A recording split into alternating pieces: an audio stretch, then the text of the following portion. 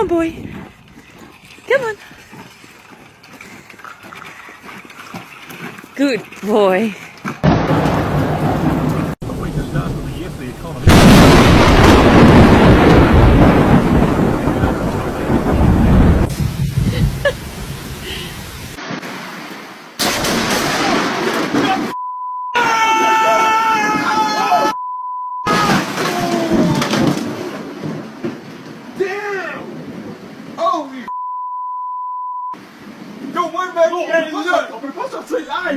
No. Oh.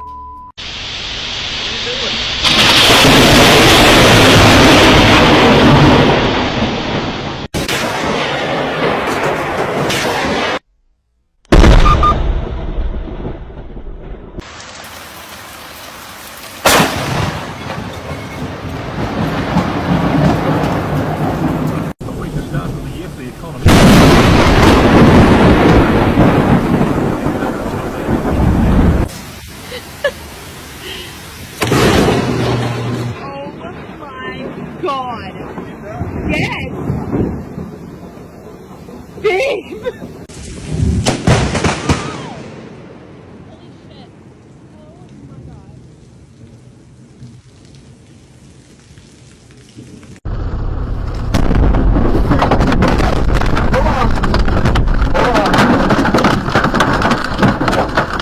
Don't move. Don't move. What are we doing? Just stay. Just stay. I'm sure we stay. Yeah, just stay. Oh no. Oh no. Just stay.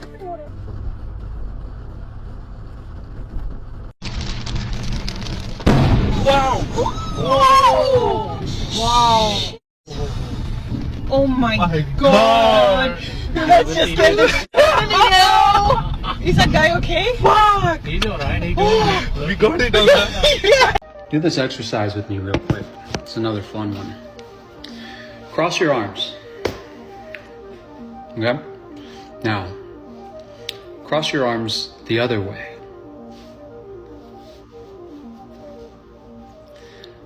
You feel that? It feels weird. It's like, what the fuck? This is not right. What you're experiencing is cognitive dissonance. It's your brain saying, hey, this isn't how we do things. Like, go back. You feel the discomfort. If you're keeping your arms that way, you feel the discomfort, like this urge to go back to like the original way you cross your arms. This happens anytime we try to change something in our lives for the better. What we're not familiar with, our brain will always try to go back to the familiar. Get comfortable with being uncomfortable. Skinwalker workers captured on camera. This goat is an alleged skinwalker. Why? Because this goat can walk like this. My God. Oh, or is an acrobatic dog? A cachorro. What? Wait. This is a dog, English people. Life hack. Oh, wonderful. Are you seeing this?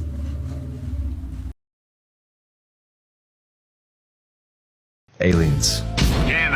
I want to talk to you about aliens. Yeah. UFOs, UAPs. I know. The disclosure we've seen in Congress recently. It's confusing and upsetting a lot of Americans because there's something happening. There are unidentified aerial phenomena in the sky. We don't know what they are. Do you? If you go to Nevada and you look at that little section of where they go to look at the aliens, where they think all the aliens are landing, that, you know, it's I think it's maybe the #1 tourist attraction in the United States. Roswell? Yeah. Roswell.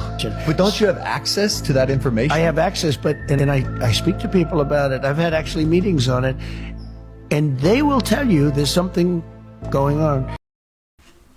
Other skinwalkers caught on camera. By the way, don't be surprised. I washed all my clothes.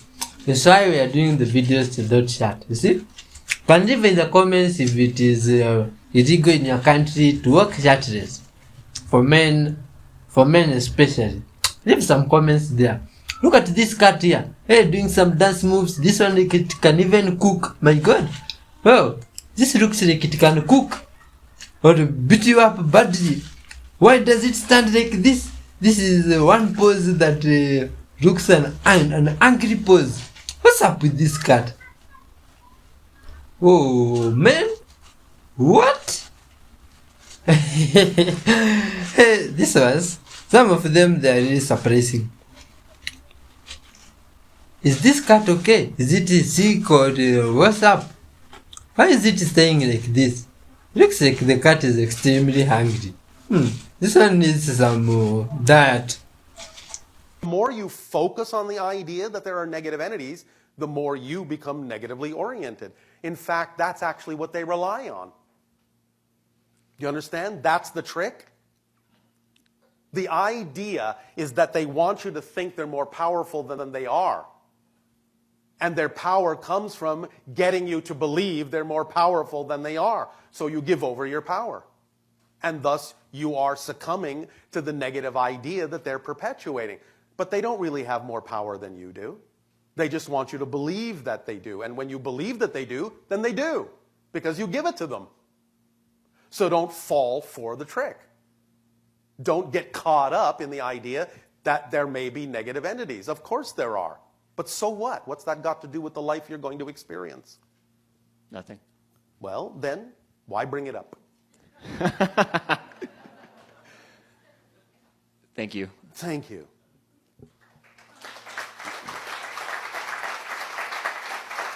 Ever notice how you're always at the center of a rainbow? Like you never see the end of one like this, but it's always just out there in the distance somehow. This is because the center of a rainbow is your head's shadow. That's why there are never any colors in the middle of a rainbow. It's why you're always in the center, because no matter where you go, the angle of your head's shadow goes with you. You're also responsible for the shape of the rainbow. How close you are to the ground determines the shape of the rainbow you see. Most of us think that a rainbow looks like this, just like one giant arch, but in reality, rainbows are actually full circles. And the higher you go, the more of the rainbow you see. Full rainbows are so rare that they actually have their own name. It's called a pilot's glory. And it's called that because you usually have to be at the height of a pilot in order to see one. Density and buoyancy.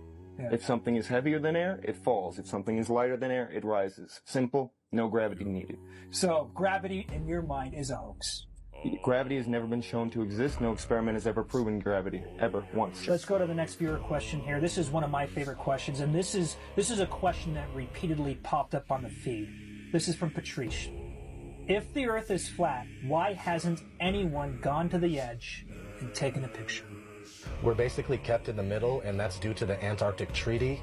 In our model, not everybody agrees with this, but in our model, we're surrounded by Antarctica. It's not a continent on the bottom of the ball. It surrounds the flat Earth, holds the water in, and there's a treaty in place signed by 52 nations, and nobody's allowed to go there independently. You have to go there only on guided tours, and we're basically kept away from there. If you wanted to go to Antarctica... Hold on, I'm going to follow up this follow-up question. We're basically kept away from there. What do you mean by that? You can't go on your own. If you do go, you're going on a guided tour, and you're going to be controlled while you're there. So has anybody from people who believe like you guys tried to send people out there to the edge of the Earth?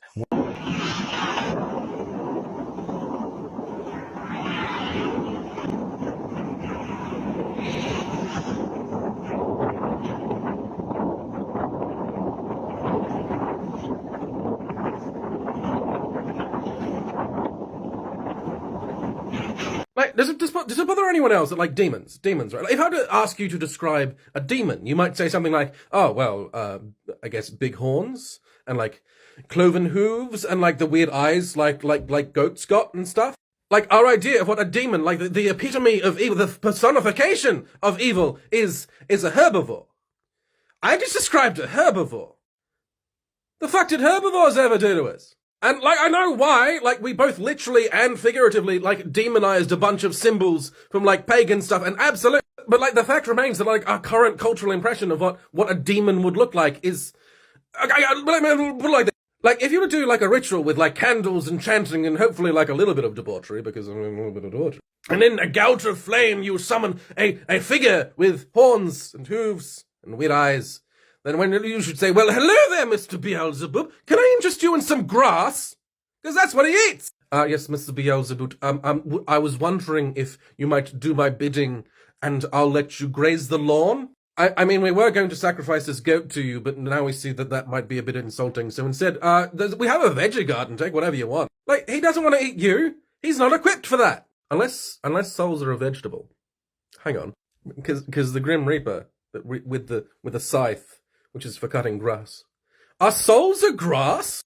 Oh, shit. I think I've stumbled upon something I wasn't supposed to know. What I'm trying to say here in my rambling at 2 o'clock in the morning is that horns and hooves is not a predator, that is a herbivore. A predator is tooth and claw and particularly grabby things. If it wants to grab you with its teeth and not let go, it's because it wants to eat you. Things like spines and horns are defensive weapons, right? And things can have both. Things can absolutely have both, particularly if they're fish. There are plenty of predatory fish that also are covered in spines, often poisonous. Something like the stonefish, ambush predator, poisonous spikes. In general, and there are exceptions, tooth and claw and things to like hold you still means I'm trying to eat you. Horns means I'd prefer you didn't eat me, and spines means please don't step on me. Not a sentiment all of us share, I mean, some of us like being stepped on. Which means, like, in something like fantasy design, like if something has spines and horns, it probably means there's something bigger than it out there. Don't dragons have like a bunch of spikes and stuff these days? That is an excellent point. What's out there actively preying on dragons to the point that, like, evolutionary pressure would select for being covered in spikes? Huh. Don't Tarrasques also have spikes? Oh, shit. Is there something out there big enough to step on a Tarrasque? Alright, well, I'm gonna go have some nightmares, thank you. Ghost videos. Look at this cat here. What? How did that just happen? And there is a machine here that transforms a cheetah to a cat. What machine is that? English people, you have a lot of machines there. Whoa. And this cat does not love it when a cross is pointed to them. What's up? Maybe there is something very weird with the cat. Some demon or what's up? What? This is scary. Extremely scary.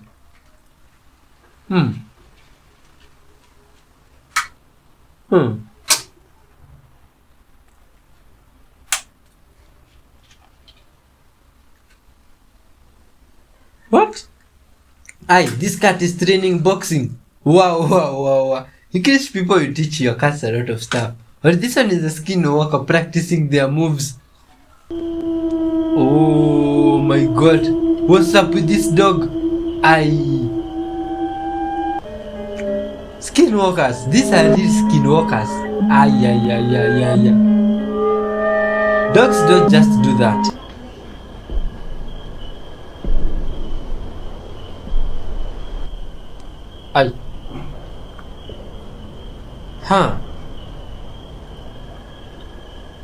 What the? My god.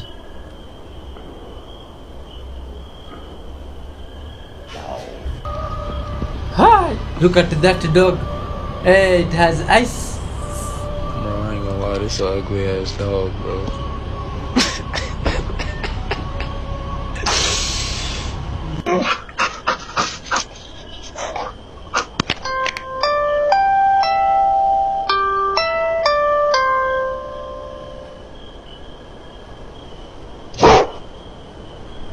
Why do so many countries have Stan in their name? Countries like Afghanistan, Pakistan, Kazakhstan all have this suffix. So what does it mean? Well, Stan comes from the Persian language, translating to mean land. So Afghanistan would translate to mean land of the Afghan. For all countries that have the suffix except for Pakistan, the name is usually translated to mean land of an ethnicity. Pakistan is a little different because it's a name first created in 1933 as an acronym representing the multiple major ethnicities along the Indus Valley. However, when the country was formed in 1947, the official recognized meaning of the name became Land of the Pure, as Pak translates to pure. Interestingly, because Persian is an Indo-European language, the word Stan has a cognate in English. A cognate is a related word derived from the same source word in an earlier form of the language. As Persian and English come from the same ancient source language, the cognate of the word Stan is state in English. This person had a near-death experience, but when she came back, her experience of the situation was different than someone else's experience of the situation who was very close to her, which is very interesting to me. I've actually heard of this happening before. I do not know the reason behind it. Watch, let me know what you guys think. She's tagged below, by the way. How How does one person have a near-death experience and two people experience it in two different ways? Let's set the scene. It was my third pregnancy. I had already had 2 C-sections. This pregnancy, I want to try to have a vaginal birth, which is called a VBAC. They're very risky because you had already been cut open twice. They run the risk of you rupturing and you and the baby losing too much blood and dying. If you do rupture, there's a 16-minute window before there is mortality. Now, when I'm laboring, I'm feeling something is off. I tell the doctor, I know things look like they're going great, but I have a feeling something is wrong. They're like, no, everything's great. We're looking at your monitors, da-da-da-da-da. I'm like, no, I just feel like something is really wrong. I think you guys should take me to the OR now. They're like, no, we would know if something was wrong, whatever. Thank goodness they switched shifts and another doctor came on. It was a black lady with locks. Thank goodness for her, because she came in and she said, they keep saying that you want to go to the OR. Why is that? I said, because I have a feeling that something is really wrong and I need to go now. We go down there and guess what? I am ruptured. She says that within like me being on a table for 20 seconds. Now, when you have a C-section, they give you oxygen. Why you would think I'm awake, I should be able to breathe. No, you need the oxygen. I was not getting enough oxygen and I slowly felt myself slipping away.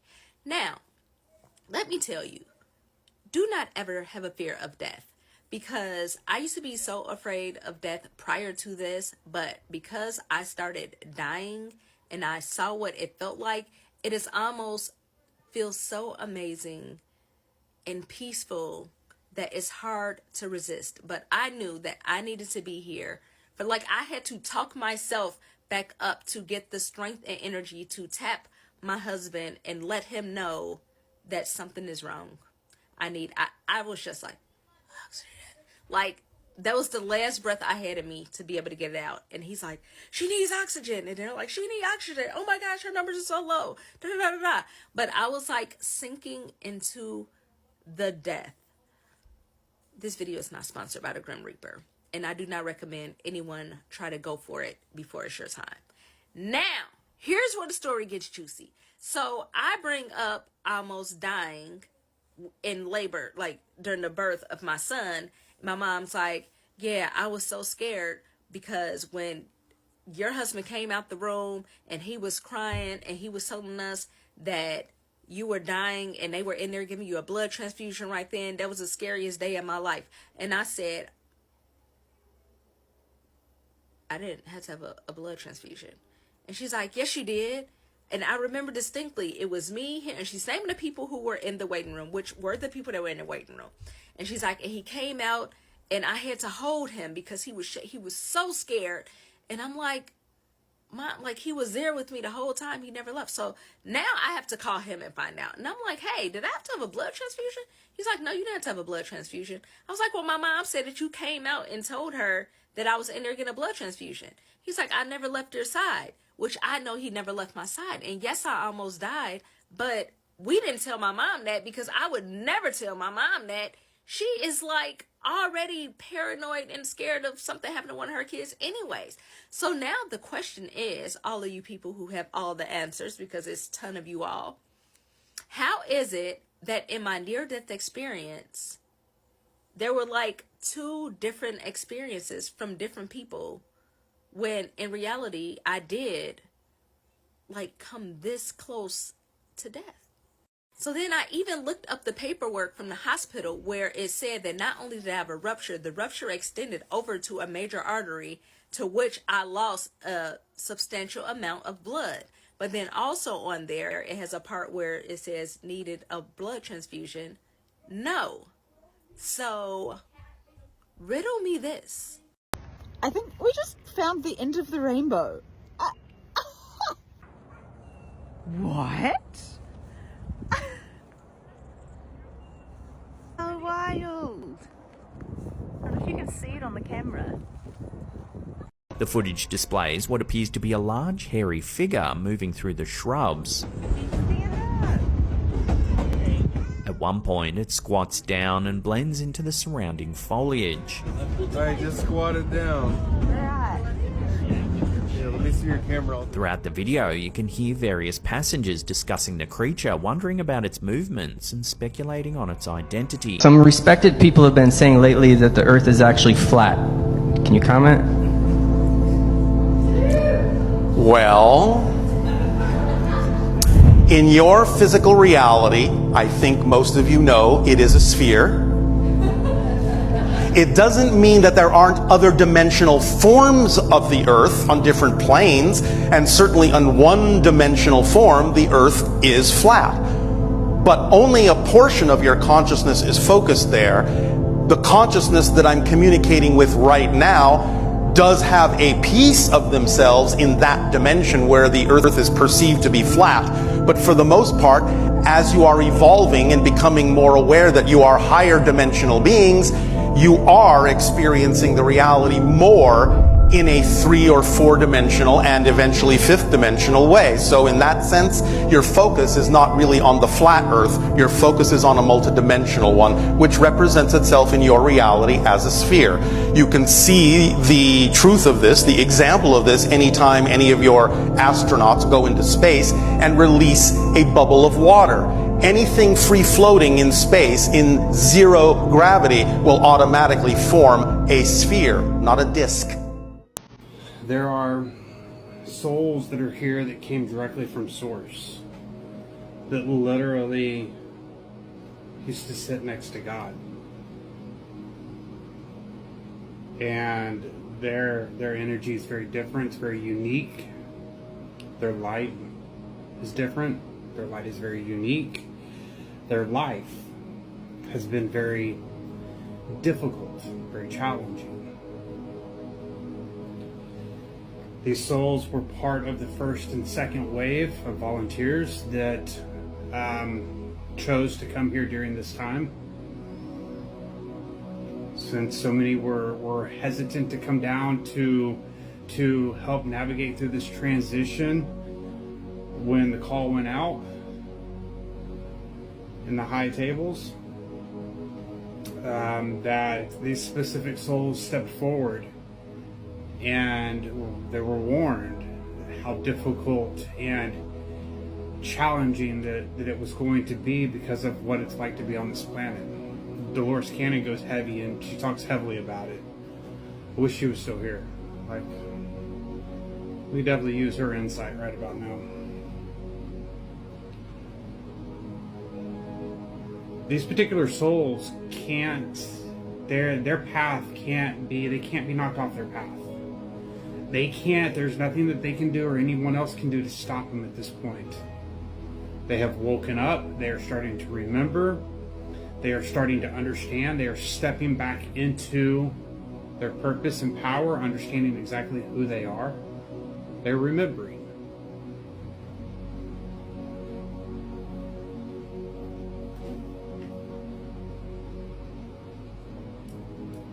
And there's quite a few of them. These souls have been monitored their entire life. They've been tracked their entire life. And I know exactly how.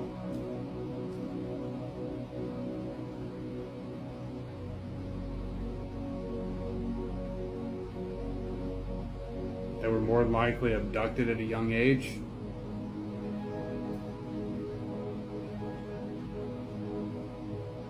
They've had gifts their entire life, but they were put into a deep hibernation. It was one of those deals where they were hidden in plain sight. And even though they were hidden and had no idea who they were, the powers that be that wanted to stop it knew who they were. And even though they were never allowed to, or given an opportunity to take these particular souls out, the only thing they could do was hope that those souls would take themselves out.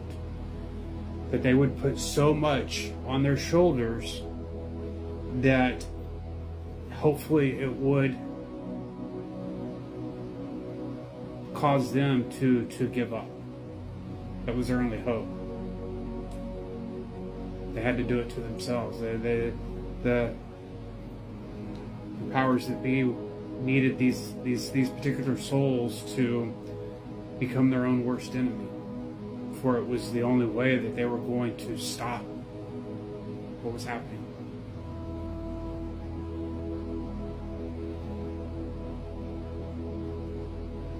That's why these particular souls trigger people like they do. They're walking tower moments. They're here to quite literally heal the planet. And even though they may not be perfect, and there may be flaws that lots of other people may see in the inside of these individuals, they're nothing in comparison to what they're going to do for this planet and navigating through this transition. They are heavily protected spiritually. They are divinely guided. And there's nothing that can stop them. They will allow, or God, the universe, will allow others to try to affect them for one or two reasons. One, to allow them to have these experiences, to start waking them up, to see what it's like to feel these experiences of when people are doing things they know that's not right, and it slowly starts putting pieces of the puzzle together for them. And then also, two, it allows those that don't mind taking advantage of people, of innocent people, especially of souls that have such huge hearts and only want to love. That's all they want. That's all they care about, helping and loving. It allows for souls that want to come against that to collect enough karma to deliver justice and hopefully change the perspective and get them on a different track, different path.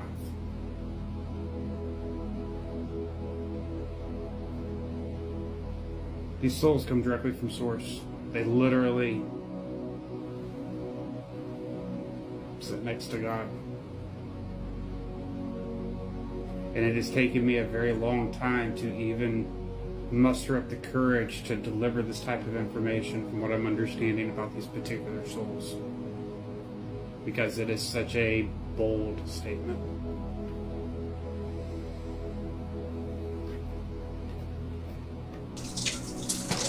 Oh, my friends, thank you very much for watching all this way. You see that last video, good vibes soul? It was meant for you, my friend, because I believe you are one of the chosen ones, my friend, or one of the light beings, one that can help us, my friend, in spreading this love we are talking about the whole world. Peace, forgiveness, my friends, and honesty. You see? Hit that like button if you haven't.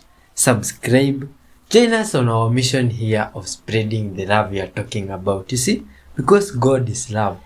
And light, darkness will never win light. How? Yeah, light will always win darkness. Let's read from the book of knowledge, the book of wisdom.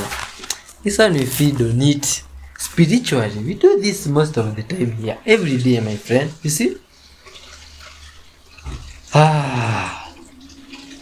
Do nothing out of selfish ambition or vain conceit, but in humility consider others better than yourselves. Each of you should look not only to your own interests, but also to the interests of others. Your attitude should be the same as that of Christ. Wonderful. Philippians 2 from 3. Let's give thanks for this far to our Creator. Dear Lord, Father, King of Kings, thank you for the beginning and this end, Father. All glory and honor belong unto you. Thank you for the videos of today and this soul that has been with us all this way. Thank you, dear Lord, for forgiveness of our sins, Father, all that we may have committed in any way. guide us in our lives, and fill us with wisdom. In Jesus' mighty name, we pray and believe. Amen. Peace and love be with you, my friend. Till next time, I wish you lots of love. Bye-bye. I've been Wadri on 1H.